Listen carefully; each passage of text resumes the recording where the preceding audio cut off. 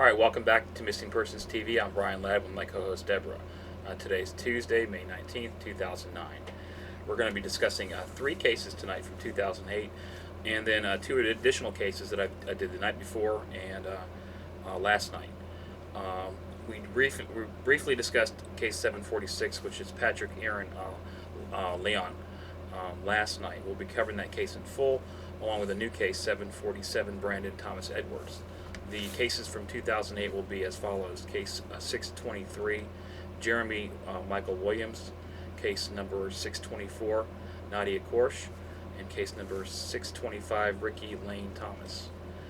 Before we get started, Deborah, how you doing today?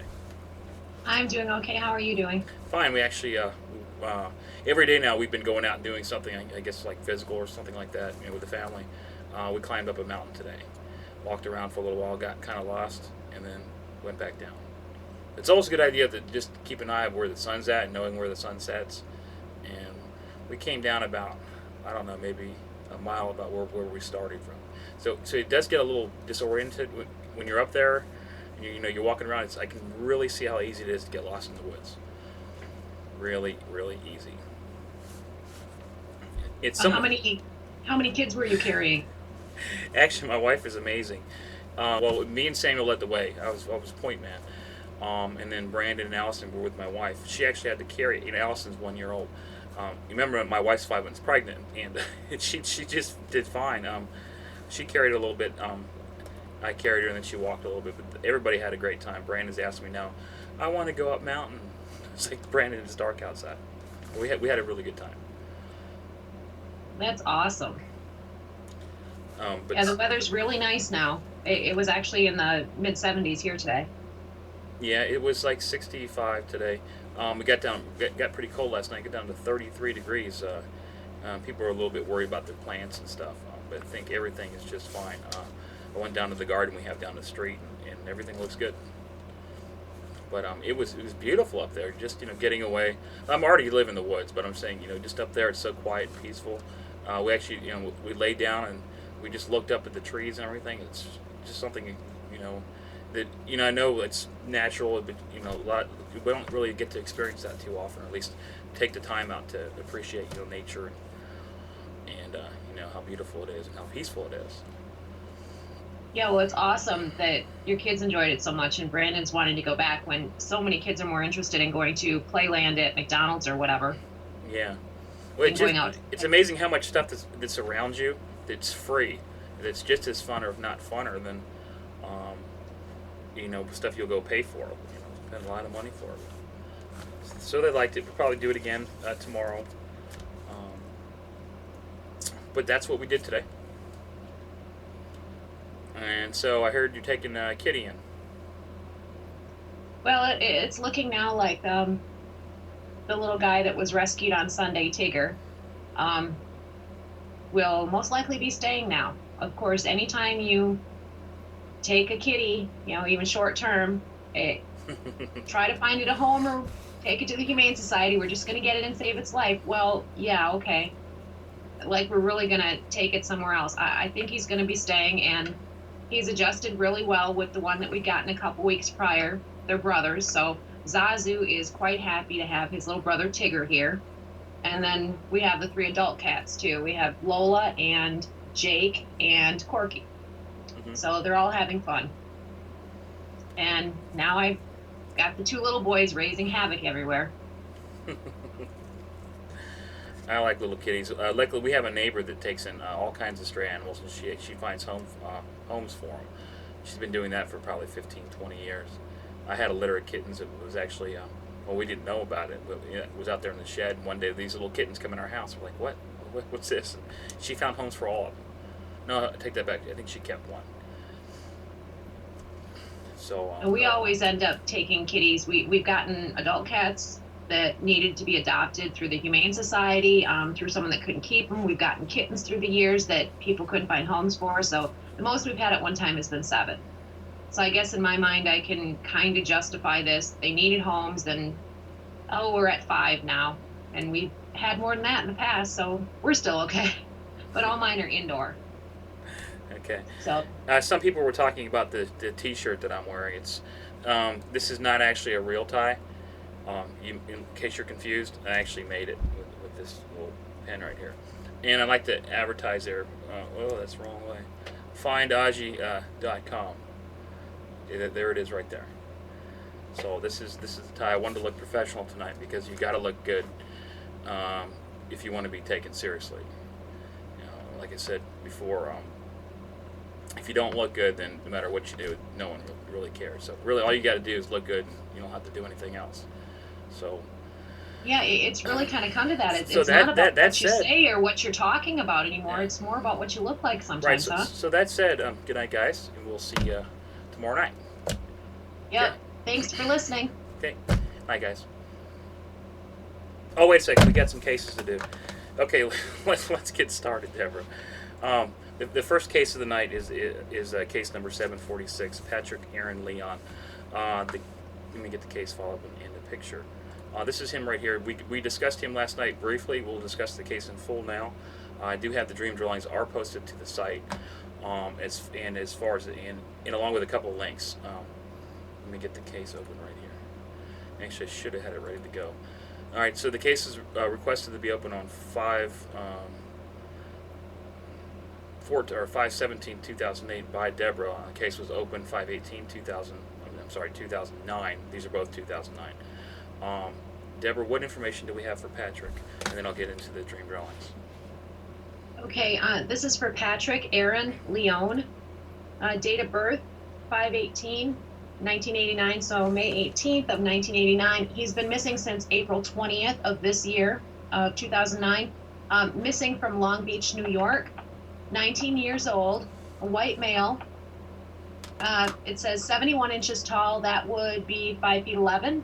180 pounds, black hair, brown eyes, light complexion. He was last seen wearing a gray front zip-up sweater, jeans, 3/4 length black overcoat, and fur-lined Croc shoes. On April 20th, Patrick had indicated to his family that he was going to New York City to stay with a friend and that he'd call later in the day. He was last seen at the LIRR train station on West Park Avenue in Long Beach, New York. He's had no contact with his friends or his family since the time he went missing. He plays guitar and he also plays open mic nights. His signature style is called tapping, similar to the musician Jeff Buckley. Patrick suffers from seizures and he has a medical condition that requires he get immediate medical attention. If you know anything, please contact the Long Beach, New York Police Department at 516-705-7370. And what do you have on this one, Brian? Thank you, Deborah. Is there a website for Patrick yet? No, there's actually not much out there. There's the poster listed at the National Center for Missing Adults. Okay. And that's about where it ends at this point. That's why I requested this case, because it needs attention. All right. With every case that we open, Deborah also opens a section in the forum. So this is an active case in our forums, and there's a link on the page. As with every other case, you can always go to the forum. If you have any information, please go there and submit that. That's at missingpersonforum.com. The dream drawings that I have two. I think I showed them to you last night. Anyways, the first one says staying in their garage and the number 816. To me, this looks like, first of all, I see a dream catcher. I actually have one. So I'm not sure if that's really relevant to the case or not. And then I think these are bottles hanging up on, like, there's maybe a beam going across, and I think those are bottles or actually maybe even bowling pins. There's two of them. And then there's a third object. I don't know what that is, but it might have the number 3 in it. And it says staying in their garage 816. I think that actually might be the maybe the home address or something like that. The second dream drawing says 7 miles, new machine. He's already sent email. It's possible he could be 7 miles from home. There also might be a mile marker on the right-hand side of the drawing. It says 7, and there's a 1 on the bottom. I'm not exactly sure what the 1 means, but I have seen mile marker signs that look similar to that. And then it says he's already sent email. So possibly maybe he sent an email or something like that to somebody that's saying he's coming home or his location. So it might be pretty important if there's any way to track his email accounts or anything like that. And that's all I have, Deborah. Anything else? No, I don't have anything else for Patrick. Okay. Moving on, this is the case I did last night. This is case number 747, Brandon Thomas Edwards. The case was requested to be opened last night. Dream drawings were posted today. Actually, it should be 5/19. Today's the 19th, correct? Let me just change that. 5/19/2009. Deborah, what information do we have for Patrick? Brandon. I'm sorry. No wonder why. I apologize, guys. I've got these screens open in front of me, and I was just reading the same thing. So the date is correct. This is case number 747, Brandon Thomas Edwards. The case was requested to be opened last night, and it was posted to the web today, 5/19/2009. Don't need to change anything. Deborah, what information do we have for Brandon? His picture's up on the screen, too. Okay, great. This is for Brandon Thomas Edwards. His date of birth is September 4th, 1986. That's actually my birthday. You know what else it is? My son's name's Brandon, and my middle name is Thomas. That was just a little weird when Well, I noticed that when I was getting this case ready last night, too. And I was actually looking at another case, and I found information right before I sent to you that that person had been located, but that young lady's name was Allison. Mm-hmm. I know that's your little girl's name. I said, we'll be going through all my kids' names or something. It's actually Well, it's a little scary, though, because this can happen to anybody. I mean, it really can, and it's just, you think about that. What would I do if something happened to my kids? And I don't know. I'd probably go nuts. I mean, honestly, I don't think I'd be alive if something really happened to my kids. I mean, it's just something that, you say, well, you got other people to live for, but you just at the point, just thinking about that. I mean, I don't know what I would do. So, like I said, it's really important that you take care of you love your kids. And be very, very cautious of other people. Go on. I'm sorry, Deborah. Okay. Back to Brandon Thomas Edwards. He's been missing since April 14th of this year from Seattle, Washington. He's 22 years old, a white male, 71 inches tall, so that would be 5 feet 11, 150 pounds. He has brown hair and blue eyes. Medium complexion, tattoo of a large cross on his back, tattoo of reapers on both of his upper arms, a tattoo of a tribal sun on his forearm, all in black ink. He has a surgical scar approximately 3 inches on his left knee, and he has 1-inch surgical scars below each armpit. He was last seen wearing a blue Nike t-shirt, baggy polo jeans, tan work boots, possibly a black hoodie, a black belt, carrying a black wallet with Ohio identification, possibly wearing an ID badge from Real Change. Brandon had been staying in a shelter in the area of the 2100 block of 2nd Avenue in Seattle. He'd been eating with acquaintances, and they say that he just got up and left without any of his belongings. Brandon was hospitalized prior to going missing, and he needs medical attention at this point. If you have any information regarding Brandon Thomas Edwards, please contact the Seattle, Washington Police Department at 206-684-5582. And what do you have on this case, Brian? Deborah, you said something about a Real Change bracelet. What was that? You said Real Change? Yes. What's that? What is that? It says here that he might be wearing an ID badge from Real Change. Okay. So like a name tag, or? Let me look it up. Just real fast. I've never heard of Real Change. Okay, it's Seattle. The Real Change Homelessness Empowerment Project raises funds, raises the voices of the poor by supporting cultural, artistic, and literary expression. RealChangeNews.org. That's the bracelet. I'm guessing. I'm pretty sure it is. Okay. I'm going to put a link to that. I don't know why. You were talking about church. There is something to do with the church in here. Anyways, the dream drawings, I actually have 4 of them. The first one says, Oregon Church, his mind is racing. There's a drawing of, I believe, it looks like a church to me, and there's a steeple up there. It says his mind is racing. Yeah, kind of like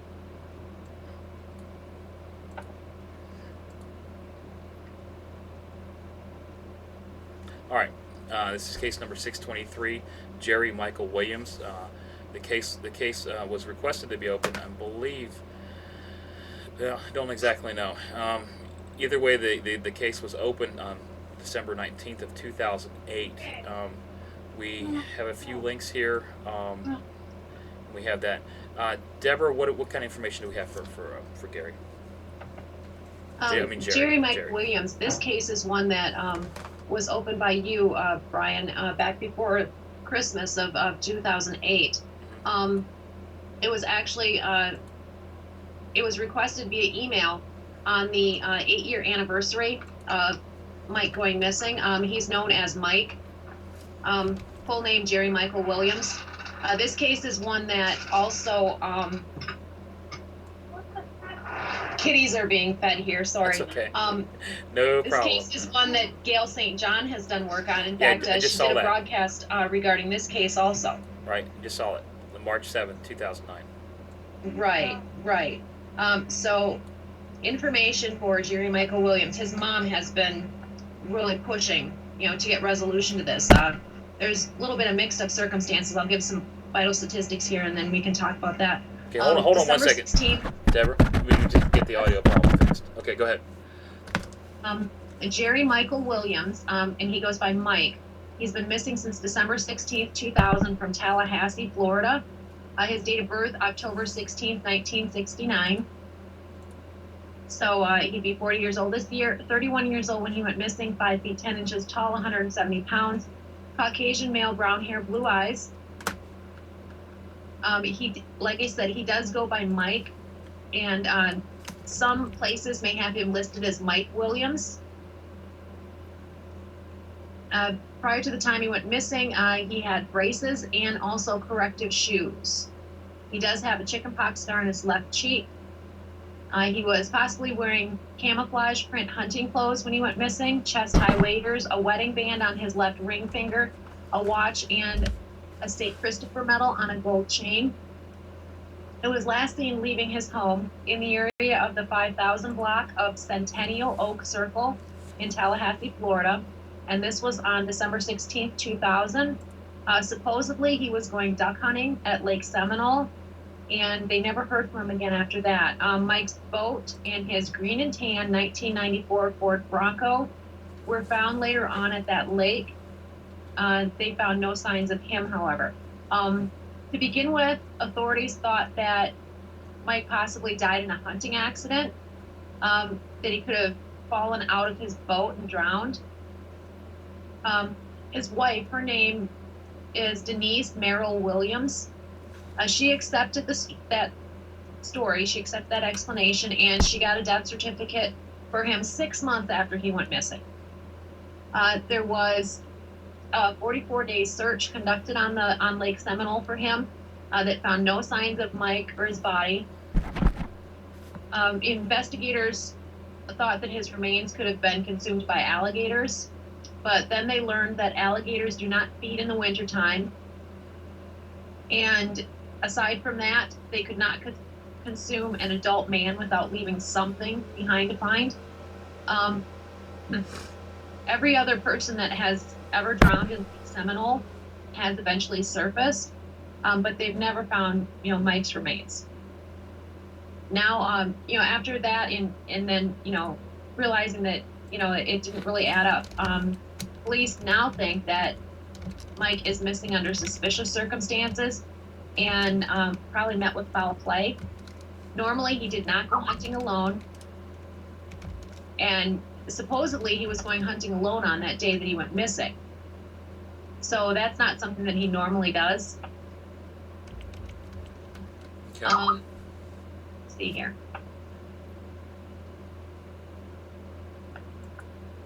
Right, he went hunting on his own. They found his truck was parked at an area that was kind of underdeveloped. It was a landing, but it wasn't one of the real busy high traffic ones. Mm-hmm. It wasn't at the concrete landing ramp there at the lake that he normally would use. So that was kind of odd. They found his boat idling in Lake Seminole, and it was full of gas. And it looked like he could have, fallen out while the boat was running. And they say that if he had fallen out when the boat was running, the boat would have kept going in circles until it ran out of gas. They found Mike's waders floating 10 or 12 feet of water in a very heavily weeded area of the lake, and that was 6 months after he had allegedly drowned there. And just 8 days before Denise, his wife, had him declared legally dead. They found a lightweight hunting jacket and a small flashlight at the bottom of the lake the same day. The waders, where they found those in the weeds, they'd already searched that area, and they had no holes or teeth marks in them. The law enforcement believes that the waders and the other items were planted in the lake after the search was finished. And Mike's friends say that he normally didn't put the waders on until he got to the designated hunting spot. And for safety reasons, he wouldn't have been driving his boat with them on. So if someone was doing this to make it look like, to stage it or whatever, they didn't, quite dot their I's and cross their T's, because it's not adding up. The investigation got compromised to begin with because they thought he could have drowned. By the time the cops started looking into other theories, the crime scene had gotten contaminated and, evidence potentially lost or destroyed. In 2008, investigators started looking into his disappearance more, and they started investigating it as a case of insurance fraud. The statute of limitations for insurance fraud is 5 years, but it can be extended an extra 3 years under certain circumstances, and authorities thought that it applied in Mike's case. His wife, Denise, collected $1.5 million in life insurance for him after he was declared legally dead.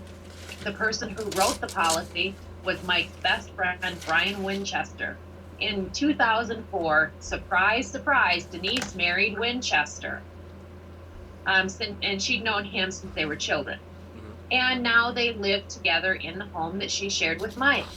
So that's the circumstances, a little bit of messed up, twisted stuff that came into this case. Mike graduated from North Florida Christian High School. At the time that he went missing, he was making a heavy salary as a real estate appraiser, and he lived in an upscale neighborhood. He enjoys hunting and other things in the outdoors. And his loved ones say that they don't believe that he staged his own disappearance or that he left of his own free will.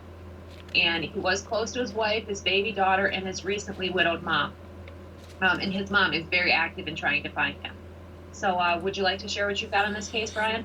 Yeah, Deborah, the little drawing is what to look for. I know I discussed this with Gail, too, on her show.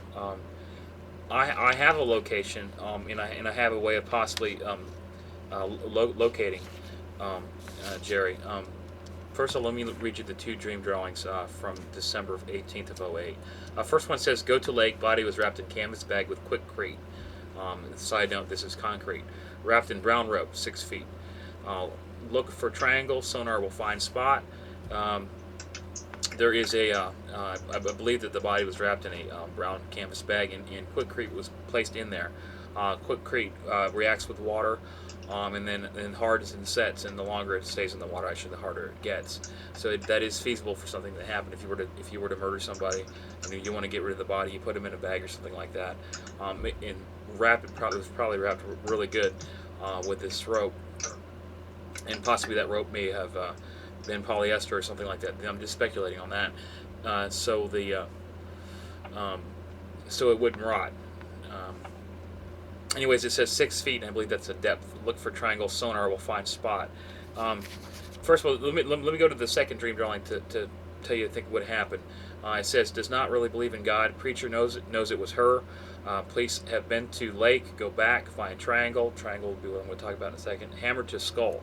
12X, 8C, red dress. The notes on there say, Deborah, without a doubt, this man was murdered by a woman. She used a hammer, and it was an awful dream. Please search the lake. They already searched in the past, and then I did look, and they actually did search a lake in the past, and that link is there. I use a sonar fish finder or whatever works to look for a triangle made from 3 logs. The area is approximately 6 feet deep, and I think Jerry will be found soon.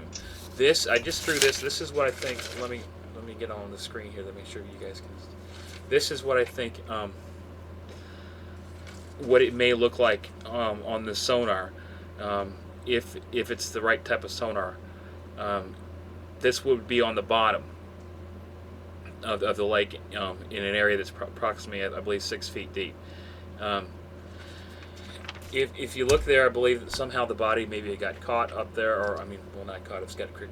Either way, I think the body might be in that location, and you might not be. The logs actually might be masking the body. So if you're looking for a body and you're just seeing logs and you do see something shaped like a triangle, I would definitely look into it. The water is only, well, it says it's only 6 feet deep. I know water tables may change, but that's what I think on this case. I do think he was definitely murdered, and it sounds to me like what we're speculating is true. Um, and it was probably done with a hammer to the head. I know that's awful, and if I put notes that said, if a dream really bothered me, it probably really did. Um, and that's and I did a show for Gail. And that's all the comments and everything we have on the case, Deborah. Anything else? No, I don't have anything else on this case. Okay. All right, let's move on to case number 624. This is Nadia Kersh. The case was opened December 20th of 2008. Deborah, what information do we have for Nadia? This is for Nadia Kersh. Actually, just had a 6-month anniversary of her going missing on the 2nd of May here. She's 23-year-old, white female, 5 feet 3 inches tall, 110 pounds, brown hair, blue eyes. She's been missing since November 3rd of 2008 from Homewood, Alabama, which is near Birmingham. She had gone missing on her lunch hour.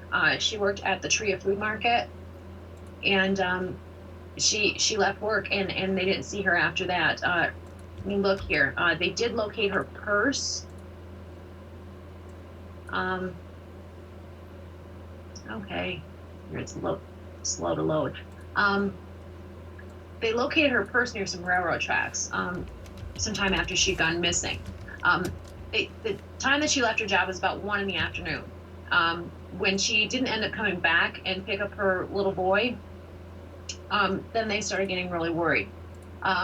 So this was on November 3rd. The next day, November 4th, in West Birmingham, Alabama, they found her car, and that concerned them more. 3 days later was when they found her purse. That's what I was looking for, the date on that.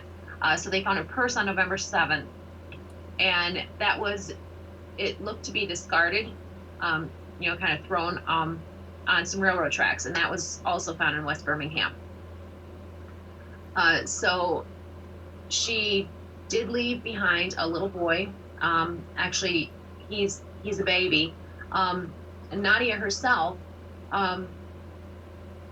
she's actually she's from Russia. She was adopted by her parents here, Nancy and Kevin, when she was a small child. And so she had a really special relationship with her parents, and they're looking really hard to try to find her right now. You want to share what you have on this, Brian? Yeah, website. Do we have one? Yes, there is one for her now. FindNadia.com. Okay, I'm going to put that up. Get up. I can do that. Find NADIA.com. Wait. Nope, I was wrong. HelpFindNadia.com. Sorry. NADIA.com. All right, thanks, Deborah. It's 2 dream drawings in this one. The first one says, 14 days, cannot breathe, he's choking her. She did not want to go with him. Check the call at work, the number 437. It says phone number. He has drugs in his back left pocket, size 34. That could be a pant size 34. And then it says 14 days. To start this off, it says DD's from last night. I'm not sure if Nadia's alive, but I think she'll be found within 2 weeks of last night. Obviously, that did not happen, so I don't know why it did or didn't, but that's what it says on the dream drawings. Maybe something else happened. I don't know. Not that I know of them. The second dream drawing says number 14 again. Black trash bag, silver tape, Birmingham, Alabama, copper green, and then with the word park, 1 mile west. 2 tattoos. Go to the area near the red house. Has not been searched. And then what I did after that, it says I was able to find its location on Microsoft Maps close to Birmingham, and if the area has not been searched, maybe it should. I have a location on the case file. It's Copper Green Park. The GPS coordinates, I believe, are up there. It's not really a big area, but that's what I have as far as the case file. Looking after that, it does not look anybody's responded to the case. Um, as far as I know. So I don't know if this really went anywhere or not, but that's what it is. I have a location. Unfortunately, I don't think that Nadia's alive. Anything else, Deborah? No, I don't have anything else for Nadia's case. Okay. Okay, let's move to the final case tonight. This is case number 625, Ricky Lane Thomas. The case was open on December 21st of 2008. Deborah, what information do we have for Ricky?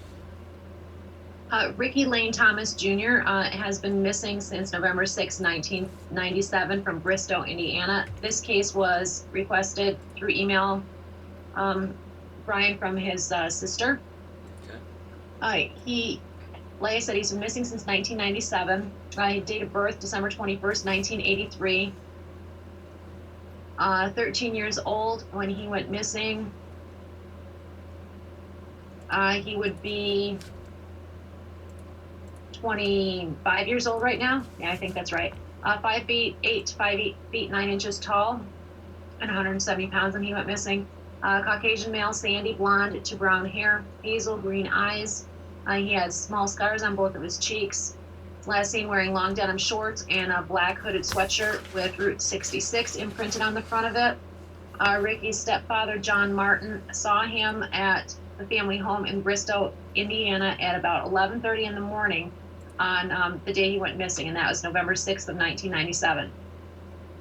Ricky had called his cousin, her name is Daisy Applegate, between 1 and 2 that afternoon, and he told her that he planned to walk to her home, which is about 1.5 miles from his home. Ricky was planning on staying overnight at his cousin's house. And the last time they saw him was shortly after he talked to her on the phone. He was seen walking along what they call Oak Ridge Road in Bristow, Indiana. Mm-hmm. He never got to his cousin's home, and they haven't seen him again. Ricky and his cousin Daisy were supposed to go to Tell City, Indiana that day. And he told her that he had $20 and that he wanted to go to McDonald's there. Daisy called Ricky's house later on that night to tell his mom, her name's Tina Martin, and his stepfather, John Martin, that he had never arrived at her home. But the mom waited until the next day to notify the police. Ricky had taken 2 backpacks and his wallet with him before he left his house. He left all of his other personal belongings in his bedroom. The money that he had told his cousin Daisy Applegate he had was left inside of his wallet on his dresser, it says here. But it also says that he had taken his wallet with him. Oh, okay. I think that he took the wallet, but he left the money behind on his dresser. Okay. Ricky had 2 13-week-old puppies at the time that he went missing. And they're missing too. His family says that they don't think that he would have taken them with him, but the puppies are gone too. Tina and John, mom and stepdad, told the authorities that they didn't believe that Ricky ran away. They say that he had behavior problems and he had also disciplinary problems at the school prior to the time he went missing, and they had him at home as a result of that. They were supposed to be homeschooling him, but they were both at work at the time he went missing. The mom, Tina, and stepdad, John, both took polygraph tests, and they never released the results of those. They haven't made any arrests in Ricky's case. Stepfather was named a possible suspect in his disappearance, though. Sometimes Ricky would go and live at his cousin Daisy's house for months at a time when his mom and stepdad said they couldn't control him. And after he went missing, an anonymous caller told Tina Martin to go to, and that's his mom, Tina Martin's his mom, to go to a remote location and she would find proof there that he was still alive. Tina went to that spot that she was directed to, and she found Ricky's snow globe there. Later, John, and that's the stepdad, admitted to planting the snow globe there, disguising his voice and making the phone call to Tina. John, the stepdad, also did not participate in the search for him. He's now divorced from Ricky's mom, Tina. Cousin Daisy Applegate says that she thinks Ricky left on his own and that he'll return home when he's grown up. Authorities think he met with foul play, though. Ricky's biological father, Ricky Lane Thomas Sr., died in his Evansville, Indiana home in the year 2000 from a drug overdose. They don't suspect foul play in his death, and they don't think that he was connected with his son's disappearance at all. So they've never named him as a suspect. They do say that they had a troubled and violent relationship, though, and some of the family members do suspect that the real dad was involved in him going missing. What do you have on this case, Brian? Thanks, Deborah. So the authorities do suspect foul play was involved, and so if they suspect that, then definitely they're turning towards somebody that's close to them, somebody that's like the family member, then stepfather. Right, they suspect the foul play, and the one that they've named, it says that some of the family suspects it to be the biological dad, but he passed away in 2000, and they had never named him a suspect up to that point. The stepdad, though, that he lived with, that's now just, divorced from his mom, he's the one, though, that planted the snow globe and made the phone call to the mom saying you'll find proof that he's alive and stuff like that. Okay. So it just doesn't look real good there. And I know it doesn't, but you never know. Polygraph tests. Is there any history of cases where they withheld polygraph tests for some period of time, and then they released them, and the polygraph tests were people had passed the polygraph tests, or were they always been that they failed?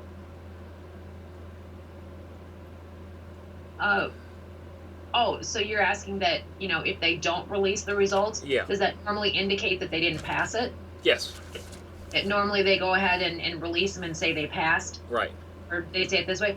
Honestly, I don't know. I tend to think that I don't know either. That's what I'm asking. Really right on that, though. Okay. That, when they don't release them.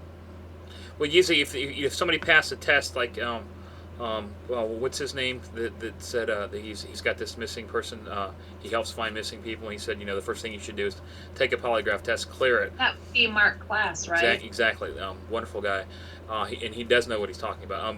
What he said is that the first thing you do is you clear the polygraph test, so the suspicion goes off you, so you can get back to looking for your child. Exactly. And this sounds a little weird. Why not clear the person? So it looks to me like they didn't pass, but that's not what we're saying. In the suspects may not necessarily be what's in my dream drawings. There's two of them. The first one says, likes to wear a hat. She took Rick to West Virginia. Was teacher. Did not know where he was going. And it says not father, girl, FP. I think I made a note. It might be girlfriend. And I believe her name could be Jean. There's a drawing of her. She has glasses. Probably her. I think she has her hair up. She looks like she's probably about maybe 20 to 25 to 30 maybe. It says not father. She's wearing a necklace, and it could actually be a cross, maybe laying like that, or maybe it's something else. I'm not exactly sure. But I think that she's the one responsible for his disappearance. The next one says 881397 K's Garage, Nissan Blue. Not father, worked there, stop, and then the word warm. That number might have something to do with license plate or not. I don't really know. And there's no additional work done on this case at all. Unfortunately, the symbol on the bottom right-hand side, it says stop and then warm. I do know that symbol, and I don't like it. But as far as I know, this is all I got. I don't know anything other than that you just said, Deborah. Any other comments or anything? We can redo this, but to get maybe a more specific location. But I mean, if there was possibly a teacher that he had or something like that, and that teacher's missing, maybe somebody might want to look into that. But it says not father. I don't know why it says not father. I don't have a clue. Anything else? The only thing I'd say is, you have it saying not father, not father. Well, it talks about his biological dad Hmm. and how they did not name him a suspect. And there was a troubled relationship between them. He did not live with his biological dad. And there was arguments, there was, some conflict there. So then he did, however, live with his stepdad and his mom. And the stepdad has been, named a suspect. Um, and he's the one that put the snow globe there as a hoax. So I don't know if, with what you've come up with there, and you have it indicating possibly a teacher. Hmm. The places they were looking was stepdad and real dad, so both of them basically are father. Okay. You know what I mean? Yeah, and I know what I you mean, mean. you're trying to say, look, maybe it's meaning not father, not father. You guys got it wrong here. Dad didn't have anything to do No, with it it. You says need not to look father, in and this one, other not once, direction. twice. It says it 3 times.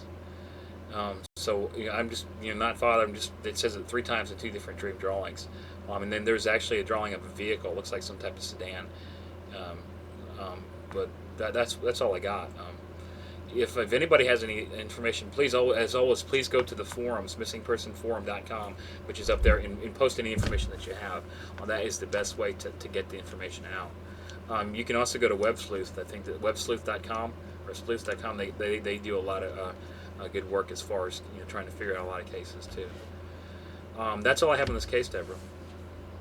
That's all I have on it too. I marked it down for a redo. Okay. Okay, so our cases are done. Who are we forgetting about? Um, you're going to talk about the little dude, right? I know you brought him up earlier in your advertising on your Yeah, skiffy. I'm advertising him right now. No. See, that's backwards. When you put this camera going like this, everything is backwards. No. So if I go like this find Aji.com right there on my professional T-shirt because I want to look good tonight. Um, Aji Desir went missing January 10th, 2009 from Immokalee, Florida. He's currently 6 years old, has the intelligence or IQ of a 2-year-old. He's in desperate need of somebody to help find him. Please go to findaji.com and download some photos and pictures and print them out. You can take them to Kinko's. They will print them for you for free. Somebody out there may have seen Aji, but they didn't know he was missing, and this is really, really getting frustrated. But it seems like nobody in the world cares. Deborah? Well, it kind of seems that way, with Aji. Actually, more than kind of seems that way. It really seems that way with Aji being missing and attention going to other cases, attention going to cases where the child has been located and someone is in custody and has been charged in the disappearance, in the murder, in whatever. Some of these cases seem to get attention and then some sadly do not. And we've gotten really, really tired of Aji not getting attention. So anyone that can help bring attention, where is Oprah right now? Everyone, please email her and tell her to help find Aji, please. Something needs to give here. I'm getting really frustrated. And Nancy Grace, if you're listening, which I know you're not, but just in case you are, thank you so much for that coverage you promised to give and never did. We're still waiting for that one. And I'm going to stop now. Okay. And how you feel.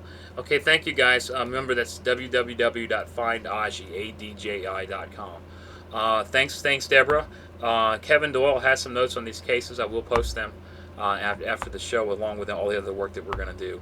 And once again, you go to missingpersonforum.com if you have any information or anything that you want to post. Please do it at missingpersonforum.com. So we'll see you tomorrow at 8 o'clock Eastern Standard Time, -5 GMT, on Missing Persons TV. Thank you. Good night, guys.